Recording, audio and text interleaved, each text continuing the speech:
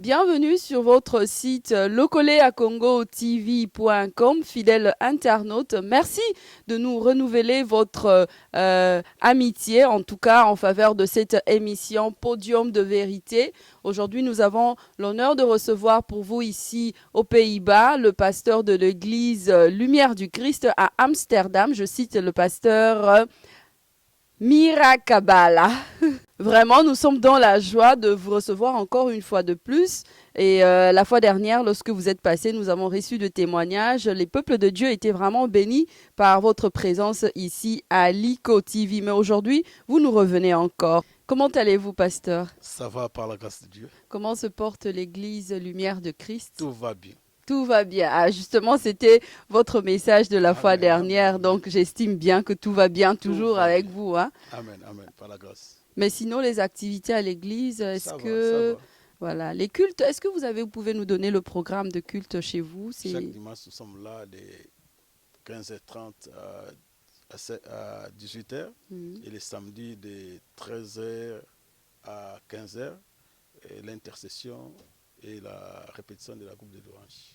D'accord. Et comme tout va bien toujours chez vous, qu'est-ce que vous nous avez emmené aujourd'hui comme message? Aujourd'hui, Pour ne pas dire quelle est la bonne nouvelle que vous nous amenez voilà. aujourd'hui. La bonne nouvelle que namebi bino lelo ezakaka si la prière. Ok. Malgré tout va bien, tout ça quand même on a besoin de prier. Et na tout va bien, Mhm. faut prier ça. Ok. Parce que prière n'aime to sala ke makamu nyonso ezala bien. Ah d'accord. Et pourquoi la prière, pasteur? Pourquoi la prière? Parce que monde tozo vivre. Mhm. Satan zo régner. Mhm. O Satan poto longa ye, faut ka to bondela. Se to bondeli te to longa Satan te. Yango moni lelo na to le sur la prière. Parce que Satan nezo régner na mukili oyo. Chrétien no sa bondela kate, chrétien na ko musika te, et chrétien bondela kate, asa chrétien au Satan sakanelaka. Alors si mouta comprendre l'importance de la prière, ça veut dire moutou wanande au sakana Satan. Satan ko longa été. Donc, les enfants de Dieu sont appelés à prier tout le temps pour Satana sakana na bangoute ou bien eza devoir yaba na nzambe nyonso il faut ba prier. Ok. Normalement, eza devoir ya chrétien nyonso esengeli abondelaka parce que tant que chrétien, mon chrétien ou mon Christ. Yesu ye moko etant que Christ devoir na ye tant nyonso yaka ko bondela. Siko biso pe to landa ye devoir na biso que photo bondela ka poto longa. Soki Yesu alonga ki na mokili oyo parce que abondelaki. Soki pe biso to longa photo bondela. Vraiment. Siko okobondela ngo il faut to sala ngo ndenge kaka Christ abanda ko sala ngo ou bien biso bato lelo to ça na façon moko particulier il faut to sala ka prière na biso. OK. Oko remarquer na moment to vivre to na temps suka to remarquer ba chrétien tozo bondela mate. Tozo lo bane mingi. Au place koloba mingi so to bondeli mingi, cela veut dire vivre changement. Et faire koloba mingi ko bondela muke makambo zo changer te. Ce que pour makambo changer et sengeli to bondela ne mingi ne makoko changer. Mais siko pasteur, est-ce que le roi batubazo loba mingi? Donc cela veut dire que prière eza na ndenge na ngomoro na formule na ngomoro il faut ko salela. Alors quelle est la formule au moins na nzambe il faut à utiliser pour à prier selon que asimba mutema papa? OK. Normalement na lobike tozolo ba mingi mais tozo bonela muke. Pourquoi tozolo ba mingi tozo bonela muke? D'autre part, na so pesa faute vraiment pas batute parce que ezala batu mususu baye kusa bango ko bondela te. To balakisa bango te. Alors muto ayekoli eloko aza na expérience nango mais muto ayekoli te aza expérience nango te. Yango lelo na lingi to yekola parce que au mona na kati ya Bible eza pe na bato basingaki bayekola. Etant bayekoli cela veut dire ba comment pratiquer au bon bayekolaki. Mais pasteur Mira, prière eza lisolo ya bana ya batu na nzambe. oza na besoin baenseigner yo ndenge nini osolola na mutu te nga lokwa na osola na yo boye naza na besoin batangisa nga ndenge nini nakosola na yo te. Bon, après na cadre professionnel c'est autre chose, mais lisolo entre deux personnes toza na besoin baapprendre yango te. Pourquoi il faut apprendre à prier? Ok, to apprendre nango parce que ce tobi to basi la prière eza mozino. Prier ezaka te lisolo mutu na nzambe. Premièrement, tango zo bondela faut ba nzambe ni zo bondela. Tango zo bondela na kati ya prière ezala makambo esengeli oye bango tango zo bondela et utiliser makambo wana ezala na kati ya prière po ete libondeli na yo ezala na nguya. Et makambo nini il faut ko utiliser? Na ko pouvoir na kati ya Bible. Mais allez-y, prouvez-nous. Ok, na lingi to fungo la Bible na mukanda ya Luc chapitre 11 na verset 1.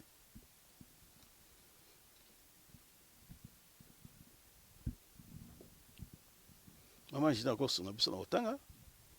Pour faire ça propre. Vraiment, merci beaucoup. Alors, tu autant on a Luc.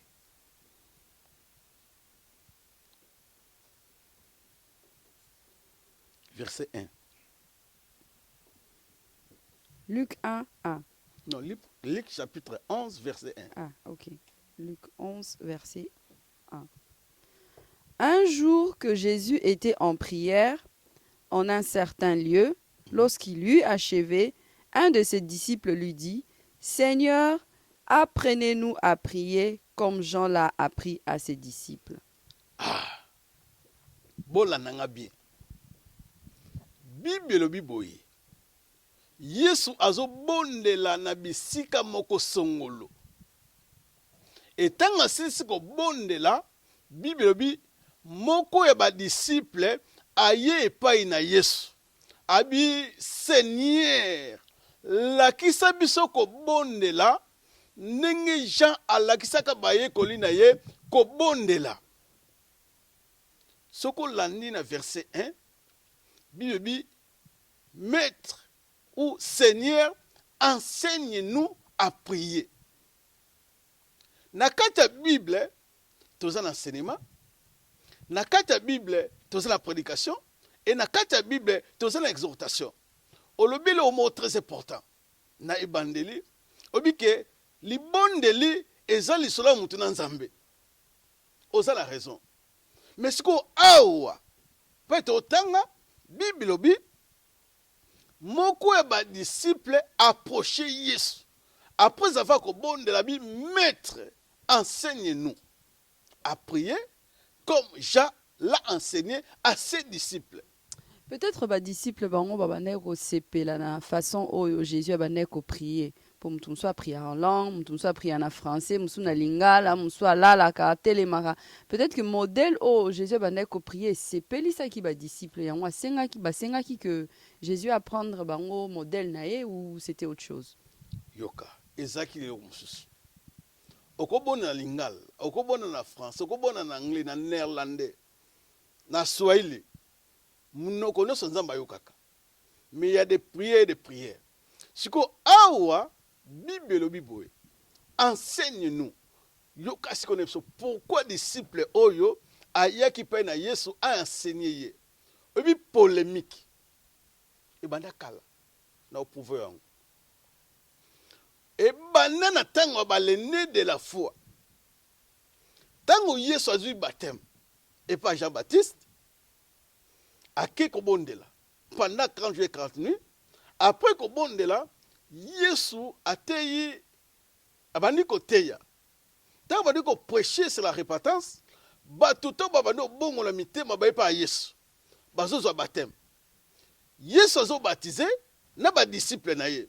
Oh, Jean-Baptiste, na côté de l'épée, azo baptisé, na ba disciple na ye. Et Jean-Baptiste abaneko prier ndenge mususu par rapport à ba disciple à Jésus peut-être. Bazaye mususu mutazaye na ndenge na ya prier. Yo qu'est-ce qu'on a expliqué? Polémique et bana époque wana. Ba disciple à Jean. Ba ibike o basane Jean za maître. Ba disciple à Yesu ba comprendre que non on peut tozana ye asa maître. siko polémique est commis entre ba disciple ya Jean-Baptiste na ba disciple ya Yesu. Ba disciple ya Jean-Baptiste na ba disciple ya Yesu. Oui, que bisonné autres années gens à maître parce que yende asangini a baptisé qui maître na bison bino. O pa Yesu bino ya biso za maître parce que za mwana na Nzambe. Siko est comme une polémique entre bango na bango disciple. Siko oyo ya Jean-Baptiste wabitala. Ya biso kutu po bakaza maître ala kisa biso ko bonde la mais ya bino aza maître te parce que bobi ko bonde la te. Ah, on peut ba kimia papa l'accepte ce peut ko sambela le roi ba on ba la kisa ba. Siko à partir wanande ba comprendre que non biso tozana maître mais te bi ko bonde la te. Cela veut dire pendant l'état tozana maître faut mettre ça nini. Allah kisa biso ko bonde la. Siko yo la nanga bien. Pourquoi ba quitter que maître prêche-nous à prier. Ou maître exhorte-nous à prier. Mais bien, maître enseigne-nous à prier. Comme Jean a enseigné à ses disciples. Prédication et ça enseignement, enseignement et ça exhortation. Photo yeba et ça trois choses différentes. Tout ça l'enseignement, tout ça la prédication et tout ça l'exhortation. Oui, mais n'empêche que les en exhortation, les en enseignement, la prédication, nous tenons sur la facilité à en tirer les leçons. Ok. Mais Chikoyo, c'est très important. Mouta vandi saka mingi eloko katne nanzela l'enseignement. Yango zomo na lelo, tozo za la bere rebelle. Pourquoi? Parce que tous enseigné. Ok. Pasteur Mira, ou enseignant, enseigne-nous à prier, Kassi. Ouais. Sikoyo nabi que pour enseigner, faut ça la maître. Oh, un maître, faut ça la belève. Bako bengo maître te, so ça la belève te. Ce qui ba benga ki Jean-Baptiste maître parce que azaki na belève, o azako enseigner. Ce qui ba benga ki Yesu maître parce que azaki na belève o azako enseigner. Yango moni moko ba disciple aye pas Yesu maître enseigne-nous. Cela veut dire ce qu'on l'a qui si biso to yebi evandikata biso ce qui osate on biso to yeko la ki to salin to ko pratiquer. Mais c'est qui doit enseigner à prier? Parce que tous en a 5 ministères, tous en a ba prophète, ba apôtre, ba évangéliste, ba pasteur, na ba enseignant, ba docteur. Est-ce que zaka ba onde mutu faut ba apprendre quoi enseigner ou bien ba pasteur ba ko sala onpe? Pasteur fa ko enseigner, so ça la do enseignement. Ko enseigner pesa don. Ba ko bengo pasteur, musa do enseigner te. Ba ko bengo évangéliste, o ça do enseigner te. Ko enseigner ça non. Et donc we yaka nanzela Saint-Esprit. Mutu no sa benga mite pour enseigner. Donc mutu enseignant ka seke azala don wana. Yango zomona mingi to benga mi, mais ba don wana to zala ngote. Siko so mutu azala don wana ba soutenir ka ye. Mais siko pona bise comme le ko combat. Donc ba combattre la don Nzambe te. Le collègue Congo TV et soutenir yo pasteur Mira. Est-ce que vous pouvez enseigner balandi à lokolé à Congo TV? Ndenge ni ba priaka. Pambola lokolé à Congo TV. Amen. Nebi ke bo pambola ma parce que ba sana Nzambe bazo le kawa ba sana Nzambe. Amen. Amen. Et tant bazo chama kolo awa bazo loba. Et malbo bazo loba bazo lona. Et lo yo no so lonaka suka bimaka. E bota moma. Nebi ke li pambole otikala awa. Amen. Amen. Siko ba priya ndenge ni kasi. OK. Siko yoka. Moko de disciples bi maître enseigne-nous à prier. Comme Jean a enseigné à ses disciples. Ce qu'on dit prier. Na bateau balba français bi. Prier est l'infinitif présent verbe prière. Si quand on dit prier, ça veut dire ce qui te côté na profondeur, ton monde que est paix, est air, eza i, eza e, eza r. C'est prier. Na kati li bondeli eloko li boso mutu foye ba pe, cela veut dire ko prosterner. To ko gumbamela. Donc mutu zo gumbamela, ozo comprendre que aza likolo na nyoso. tant ozo bonde la faut ko gumba melanzambe. Donc cela veut dire ozo prosterner devant Nzambe, ozo bake mutu nga zo gumba mela aza likolo na nyoso na vie na nga na famille na nga na mokili oyo e mutu ngo nde aza Nzambe. Oh, P1, cela veut dire libonde l'ignos. Fais la réponse. R, cela veut dire réponse. Ce qui libonde l'ignos, la réponse, c'est faut lingo yeba. Est-ce que nazo bonde la nzamba zo kanga, ton nzamba zo kanga te. Ce que zo bonde zo a noté, faut lingo mituna. Parce que libonde l'ignos, c'est ça adressé par l'ensemble. Attends le lot réponse T. Le besoin réponse T, mais le col en zamba qui est bon délai, ça veut dire réponse au sala. Exemple à quoi pèse. Daniel a bon délai. Bible dès les premiers jours. Nzamba ya no lié. Mais Bible tellement nzamba qui est bon délai a persévéré qu'il n'a 21e jour ne li bon de salini et kokisami. Donc cela veut dire et l'eau quoi li bosso na li bon délai ko prosterner. Ko gumba melanzambe. Et tant que gumba melanzambe, na prière na yo fait la réponse. Donc c'est la vérité. Pasteur Mira, ils appellent la prière, il y a battu belé lelo bakundi bango tamsu supezwa na ngo réponse té. Na la Bible, faut y bozo bon de la ndenge nini. Pour li bon de ça nini, ezane yan. Donc li bon de fait ça bien précis. Yango muna go lobela ngo parce que ezama na nzambe belé o kake na bonde la me na zo ya noté na tika ko sambela. Est-ce que zo bonde la nzamba lingi? Sota le bonde zaki nini? Nzamba linga to bonde la ndenge nini parce que ezana batu lelo nde na otcholo ba tout à l'heure bazana ba cercueil ba kenda na ba requête de prière na bango bazwa ya noté. Siko lelo ngana yo tozo landa ndenge ni il faut to prier pour ba prière na biso za réellement exaucé. Kasi yango lelo ne na yi kolobela sur la prière. Nende ko enseigner, ko prêcher te, ko exhorter te, mais ko enseigner, muta comprendre ni les ali bondeli. Pourtant nazo bonde fo nzamba ya nolanga. So nzamba zo ya nolanga te seke fo na mituna. Po na ni nzamba ya nolanga te. Ou naza fo nzambe, to naza libana nzambe. Parce que batu nyonso na kati ya Bible ba bondela ki nzamba ya nolanga bango. Soki le même nzamba nzambe nanga, po na ya nolanga te. Donc yo nazo fungona no sur la prière. Ok, allez-y. Prier, évidemment, prière. Cela veut dire prier, cela veut dire prosterner. R, cela veut dire la réponse. Les bonnes ne sont pas dans nos so les bonnes ne te font tout. Faut nous y aller, nous sommes en Néné, c'est Nénzambalington dans la et troisième maladie, I, cela veut dire intercéder. Chrétien, nous sommes intercesseurs. Oui, mais intercession et on a prière. Et ça, prière. Mais ce qu'on a, c'est qu'on pour na l'oxybé tape nin. Eux, ils sont faut muta bonde, faut muta comprendre. Et cela veut dire espérance. Mutuno sa bonde laka, faut ça la elikia. Atal lelo, nzamba yono lingate, lobby, nzamba yono lingate, mais le kola bonde laki, nzamba ki le bonde nanga, nzamba yono langa. Et puis pourquoi? Et puis nzambe na biso. Aza mettre à temps et aza mettre à circonstance. Ce côté na kata Bible, battu so sambela, mais nzamba yono ba mukolo mote. Oko bonde lelo, nzamba yono lio, ngana ko bonde lelo, nzamba yono ngate. Mais le but est que nzamba ki le bonde ngate. Siko nzambe asala makamuni na ta oya lingi. Fongana za si ke li bonde nga nzamba yoki yango nazela na ta nzambe et nzambe so yono nga na témoigner so témoigner. Le mot très important. Obi ba te belé ba kufi na ba promesse. Mais est-ce que to ma bonde la ki nzamba yo kaki bango ba bonde ne nzamba lingi pour de togaso na yebite.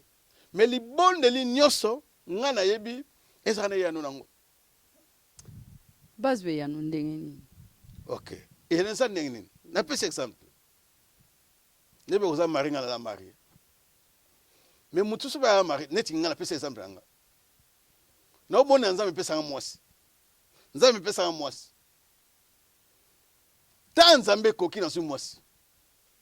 Na yebi na bonde la ka, nzambe okel bonde la nga, apesi nga mwasi. Na ko senga na ko pesa exemple. Année passée.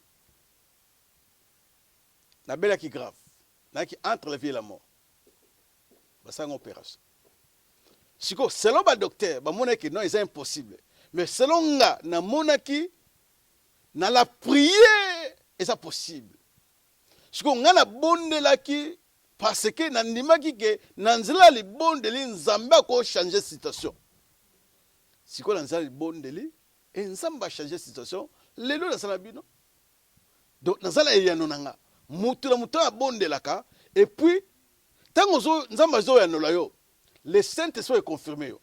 Oui, mais parce que tout le monde a pu croire que nzambe muta yanolio mais au contraire eza satanande muta yeko peso proposition o eza contraire na o nzambe abande ko pesa yo. Toyebi neti par exemple Daniel abande ko la prière na ezo humela et supposons na temps wana abande ko la satana pa koya a proposé eloko mususu alors que prière na ekanga ma na likolo. Cela arrive aussi. Vous avez raison yo. Mais sur la nika histoire Daniel, tant que yazo bonde la, tant nzamba yanoli bi ange de Perse akanga ni. Akanga bénédiction na. Mais le baki te ka lembaki. Atala moment na satana yaki loko ezaki na état de prière akolo longa ite. Yango moni va mettre à 21 jours ne promesse nzambe sanini. Eko kisami. Donc ça veut dire que soko sali prière na yo, continuer ko prier. Sozo bonde la. Et que dans zo yonete ko stopper. C'est qu'on nani faut prier.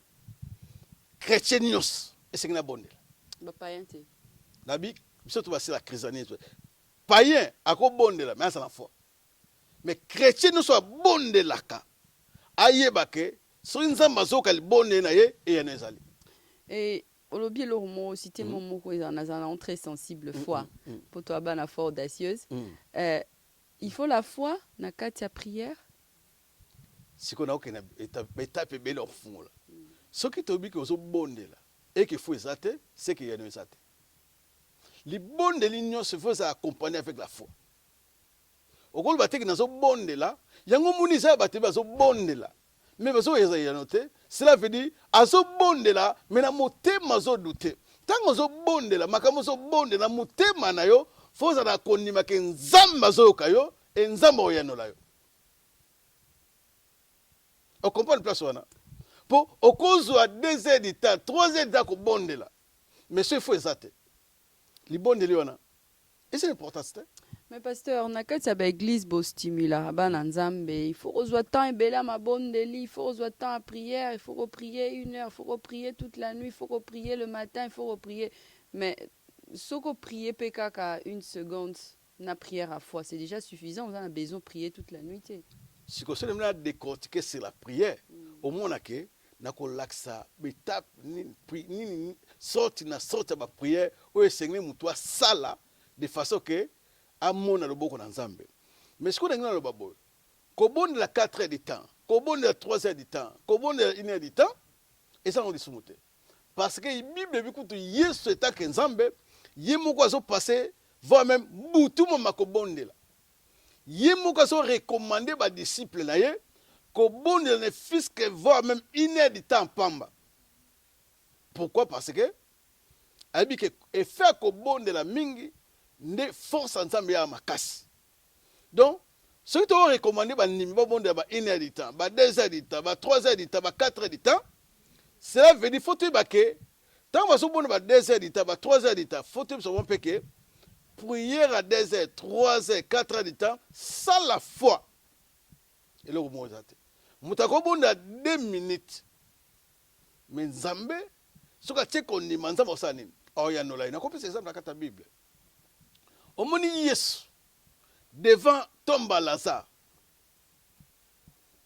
aye abune su inéditante so la ni via Yesu butu mama na ba prière azo tinde ba disciple ne ba bonne ne fils que va même inéditant mais devant tomba Lazare aye ali bibo tata potu batubani makozala nga Lazare bima donc wana sali prier des fois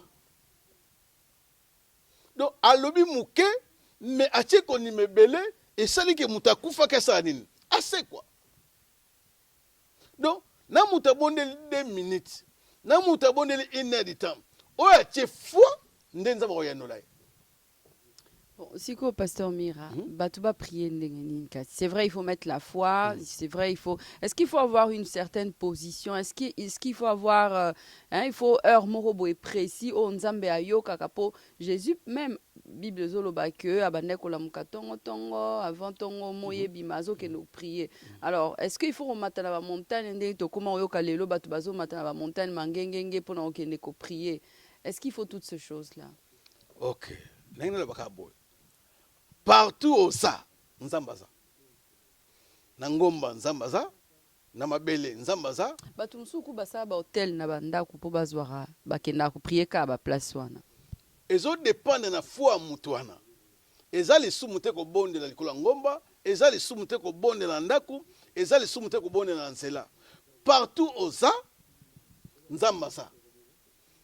Partout au ça, soko bondeli nzamba oyokayo, nzamba oyanolayo. Na ngomba nzambaza, na mabele nzambaza, na ndaku nzambaza, na musala nzambaza. Bon, Jésus-Christ quand même appelle ça qui va disciple né formule nengolo bien à l'accès ba notre père tina ndengesuka. Alors, yo po elibiso formule mo boelelo. Na sola naka formule ya Yesu, yo na yelibino. A part formule ya Yesu na formule musute. Yango moni na so kende étape par étape pour na même na formule ya Yesu. Yango moni ba disciple bengaka enseignement parce que enseignement des base ya vie chrétienne.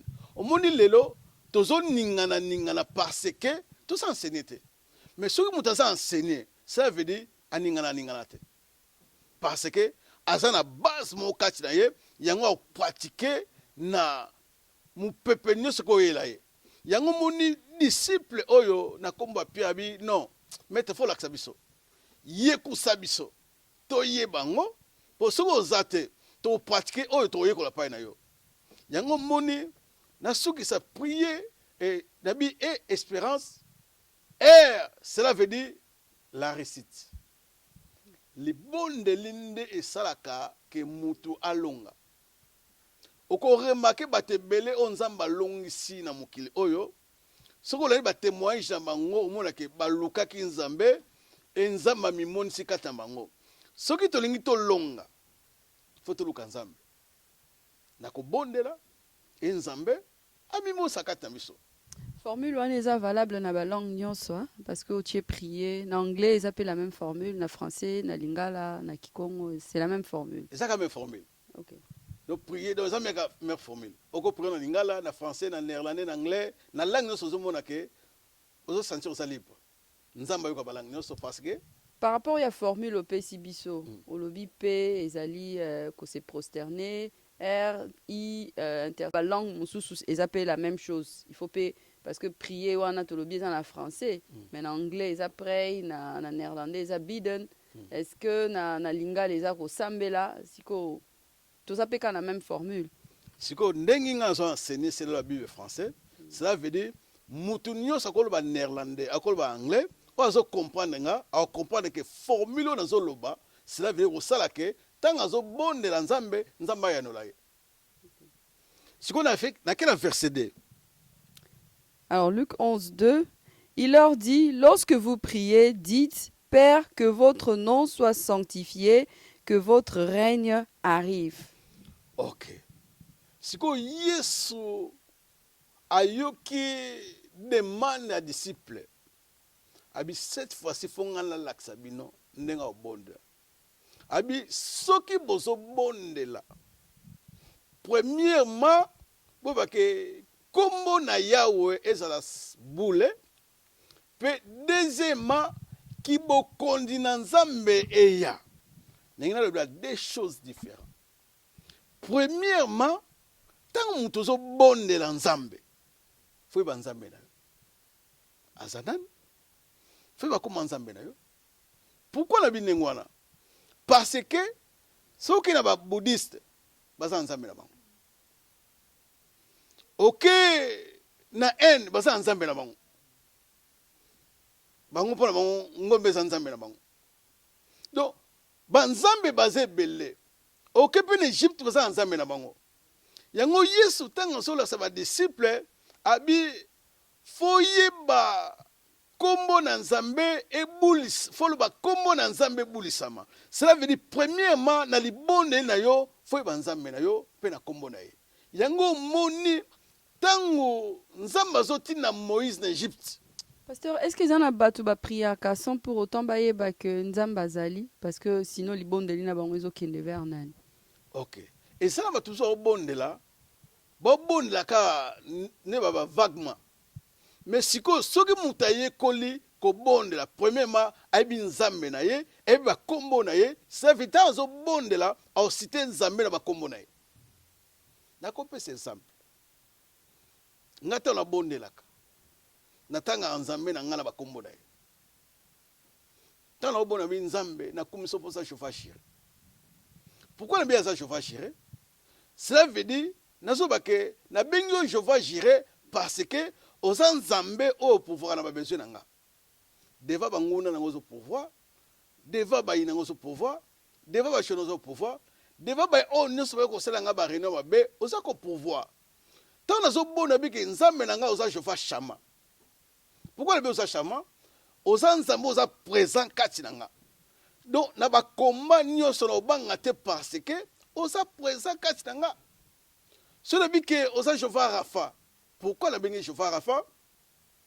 Parce que na ba maladi na nga oza chauffeur Rafa, oza nzambe ozo même na nga guérison. Mais parce que surtout bito landa formule ou bien principe oyo muto abongwani sika oyo aye kolina mebele na nzambe te aza na difficulté osambela po il faut muto azo temps aye ba nzamba za Jehova Jira za Jehova Shama za Jehova Shalom il faut azo temps aye kola makambo. Donc on peut dire que temps wana nyonso tout prière na ye et vous allez egoyo kamate papa pe vous allez exaucer. OK. Au moni Yesu. Tant azo prêcher la repentance. Tant bato abongoli mitema balandi. Au mona ke Yesu avandisi bango et akomi ko enseigner bango. Ce muta abongoli motema ayepa na Yesu Masia, ça veut dire ayeba makambo belete. Siko fo mutu wana ba enseigner kaye ayeba makambango. Entre temps prière na ye nzamba azobonda nzamba zoyoka mais siko fo kota na dimension ya muzindo pour comprendre l'importance de la prière. Pourquoi faut-il bon de la prière eza nini? Différence nini na muto à comprendre l'importance de la prière na muto à comprendre en honte. Différence ni eza. OK. Comment une vie chrétienne eza via épreuve. Eza bate belé à cause de épreuve bati ko sambela. Mais ça mutu mususu avec épreuve azo persévérer. Si comme on tant mutu azo vivre épreuve na vie chrétienne aye, cela veut dire fa bon de la mingi parce que vie chrétienne est vie facilité. Eza via ba combat. O ba combat na biso, eza ba combat moko ya nzoto te, mais eza ba combat molimo. Alors tant ozo bon de la nde olonga ngo. Mais so ozo bon de la pété yango sanine et olonga yo. Yango moni tant mutu na vie chrétienne, faut ayekola makambo nyostu aye bake nengai na ka Yesu bitumbe bandi. Siko etake bitumbe bandi yefa yeba etake bitumbe za pona longa bitumbe sengena salini esengena bondela. Siko tana zo bondela fone ba nzambe ni ndimela. Fone ba kombo na ye. C'est venu ba problème ko kuta nango na ko citer comme nzambe et na kombo nzambe et c'est significatif nango. Yango moni tango mutazo bondela premièrement yeba comme nzambe na yo et banako élevé comme nzambe na yo et loko ami balé yesu abike kibokonzi na yo sanini eria oyebi soki kibokonzi na nzambe kiti ça veut dire satana asana nguya te oyebi mondo to vivre satana azo régner yango moni fois même satana yesu a dit prière 40 jours et 40 nuits a poussé pe na bitala soko gumba melinga kibokonzi ya nzambe pasteur esi ekita ou bien ekokita nani oboni to vivre mokili oyo yeba ke satana edisa mokili oyo nzambe aza na nkembo na likolo mais tant tozobondela tosenga kiboko na nzambe ekita eyaka mpona koprotege eyaka mpona kobatela eyaka mpo te nguye na satana eza na place te yomoni yesu ntango azolakisa badisiple mpona kobondela bi okumisi nzambe mpe singaki qui bokondi na nzambe kita. Ceux qui bokondi na nzambe kiti, cela veut dire Satana moi résister ezate. Moi tokoza toza awa na kati église nzambe. Koka sateke lokwa toza na kati église nzambe Satana ko kotate. Siko soki toza na kati reine nzambe. Mais l'église à Nzambe, ils a déjà règne Nzambe, ils a royaume Nzambe, église ils a royaume Nzambe, donc Nzamba zala toujours wana Satana ko kotate si kan Nzamba za. Erreur to sala ngwana. Église nzambe za reine nzambe. Tant to sangani na nenga solo nzamba za kati. Mais surtout na nenga solo te nzamba zo la kati te. To ko sangana kuma nzambe. Mais nzambe surtout sangana na nenga solo te za kati te. Po nzamba za na kati premièrement faut mitema na biso. To pe son pa na nzambe. Et puis lelo to za na kati église. Est-ce que donc to sauter étape mora prière, c'est-à-dire que pour obéir la reine Nzambe, il faut mutema na weza la déjà pas Nzambe. Pourtant ou reconnaître papa. Ou lobi que non reine na eya. Mais au lobi te que mutema na e mutema na opesi pa na e. Sikoyo kana explique place wana. Et ça ba tebe ba na église nzambe. Aye na nzoto mais mutema tiko libanda. Pourquoi to mutema tiko libanda? Parce que makanisi et ça les banda mais nzoto za kati église nzambe. Yango mundi ba jara batuana nde Satana kota la ba facilement. Mais mutu tita na solo ngana ndako ne. Omoni tita na ngana ndako na ye awa. Donc motema nanga makanisi nanga eza connecté na nzambe. Mais ça mutu za na kati église, nzoto za na kati église, mais makanisi za la libanda. Siko omoni batanengo wana ko kasate ke atato na kati église, Satana ko kota te. Est-ce que la kati église ba ndoko ba kota te? Ndoko so kota kati église so bim. Est-ce que to na kati gloire nzambe te? Siko problème eza nini? Problème eza que ce qui gloire nzambe kiti. Est-ce que non mon attaque na kati église boza 10 5 baza malade mais moko mutabiki. Est-ce que ton gloire nzambe kitaki? Bato ma kati gloire nzambe te. Ils étaient mutu anate. Et ko sata mutu anate mais ko sape batuaki na kati tanza na kati église nzambe te. Oni problème c'est que ce qui nzamba kiti soka mati atika bilemo. Pasteur Mira, vraiment, tozo poussana vers fin émission na biso. Masolo no eza kitoko mingi. Mais, nalimpe ato kende kota suka po ebisa biso. Souci na yo vraiment na likambo ke batu. Ya prière eza nini. Souci na ngeza boye, et tant que ba chrétien, faut to yekola ko bondela. Et tant que ba chrétien, faut to yeba ko bondela parce que soki tebi ko bondela te, cela veut dire Satana a osakana na biso. Voire même les églises autour sangana, Satana ko régner. Ah mais oka Satana bangaka ezali bondele. Siko soto yekoli ko bondela te, cela veut dire Satana osakana na biso. Yango na lingi et tant que ba chrétien to ça, to yeba ke li bondeli esa force pour na biso ba chrétien.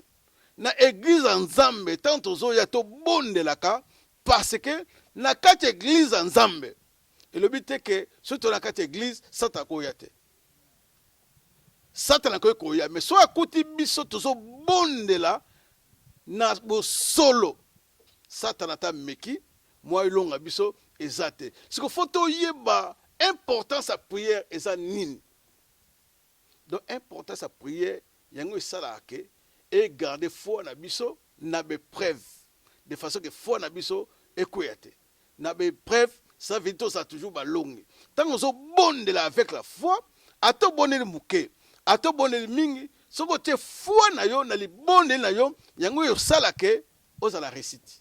Vraiment pasteur Mira tozaki obligé ya okatao exposer na yo. Et pour na bandeko ba Olanda biso balingi quand même ba retenir quelque chose pour la formule. Est-ce que vous copez sa biso verset oyo lisusu une fois de plus au tozo tanga na Luc 11 c'est ça? Luc 11 tina à partir à verset 1 tina verset combien? 4. Tina verset 4. Donc bandeko ba Olanda biso oyo ba sisi ko ka formule oyo memeli biso na mukola lelo te poto yebi pasteur Mira aza partenaire na biso na lokole rozonga pour na aussi c'est la biso enseignement au vraiment très capital hein, na kati ya vie ya bana nzambe et na ebité soko yebisa bango lisusu liloba suka liloba so esaka boye et tant que l'église de Jésus-Christ to etant que bana na nzambe esengi to yeba ke libondeli eza force na bomoi na biso mutu nyonso alingi azala molongi fo yeba kobondela so yebi kobondela te yebake na vie chrétienne ozala toujours na besheke eza bato ebele babandeli bafwa na bango parce que d'autres pas eza foti na bango te parce que balakisa bango kobondela te bepreuve ye fo ekiti fo ekwei batima mosambela bazongeli mokili oyo tozovivre toyebake eza dirige par diable o satana po tolonga ye fo tozalaka toujours bato mabondeli yango moni moko ya badisciple aye pa lakisa biso baza kobondela soki toyebi yango ata oza na yo te ça veut dire soki omekama eza toza toujours balongi yango moni yesu alakisa bango eloko ya liboso na libondeli pesa nzambe lokumu eloko ya mibale sengaki bokoni na nzambe ya po soki bokoni na nzambe ye ça veut dire satana moya régner eza te nzambe nde mutu akozwa contrôle ya nyonso o na kati ya libondeli ezosenga fo pardon ezala o eza bakretien ebele tozosambela nzambe epesa biso me na mitema na biso pardon eza te sikoyo o pardon nde esalaka ke eempêche libondeli ezala na nguya yango moni yesu abi ntango azolesa bango kobondela alakisi bango ntango bozobondela bosenga nzambe alimbisa bino ndenge bolimbisaka baningi basala bino mabe sikoyo na kati ya priere na yo eske pardon ezalaka na motema na yo ntango obondelaka eske koyina eza binemi baza sikoyo so biloko wana eza na motema na yo ntango ozobondela nzambe oyeno ndenge nzambe oyenolo te yango moni eza bato ebele tozobaki nabondeli mingi me nazwi eyano te eske ozobondela nzenge nzambe alingi motema na yo koyina eza te kienemi eza te sikoyo biloko wana nyonso ntango evai na motema na yo ntango ozobondela yebake ata ogangi ata obondi 4 heures du temps 2 heures du temps yebake eyano eza te parce que na motema na yo pardon eza te sikoyo babiloko nyonso tocomprendre nango cela veut dire ata obondi no moke yebake nzambe oyoka mpe nzambe oyanola. Vraiment. Merci beaucoup, Pasteur Mira, vraiment pour l'exposé Nayo. Merci à vous qui nous avez suivis. N'oubliez pas, les disciples ont dit, Maître, enseigne-nous à prier. Ils n'ont pas dit, Maître, enseigne-nous à prêcher. Ils ont dit, enseigne-nous à prier parce qu'ils savaient que la prière était capitale pour tout enfant de Dieu. Tel était le message du pasteur Mira. Pasteur Mira, te remercie pour la présence. On a habité Soki. On me remercier quelques personnes au Balandio na journal Elo. Vraiment, na part na pesi nzambe ka lokumu, poete mna muna lokumu, pe nzambe pambola mama Gile, na musazo sala na papa na ngai évangile président de Jésus. Nzamba pambola mona journaliste na biso zawana et grâce à nzambe zali kona bango pour musazo sala pour kana peuple nzambe pambolama.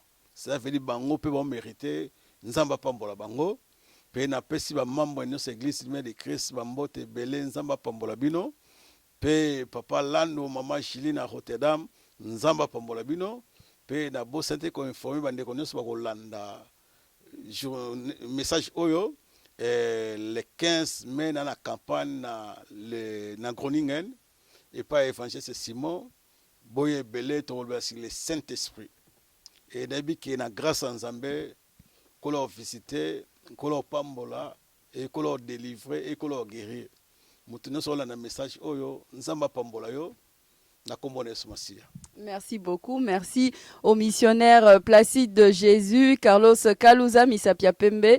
Merci beaucoup. Quant à moi, je vous retrouve très prochainement sur Lokole à Congo TV. Soyez bénis. Shalom.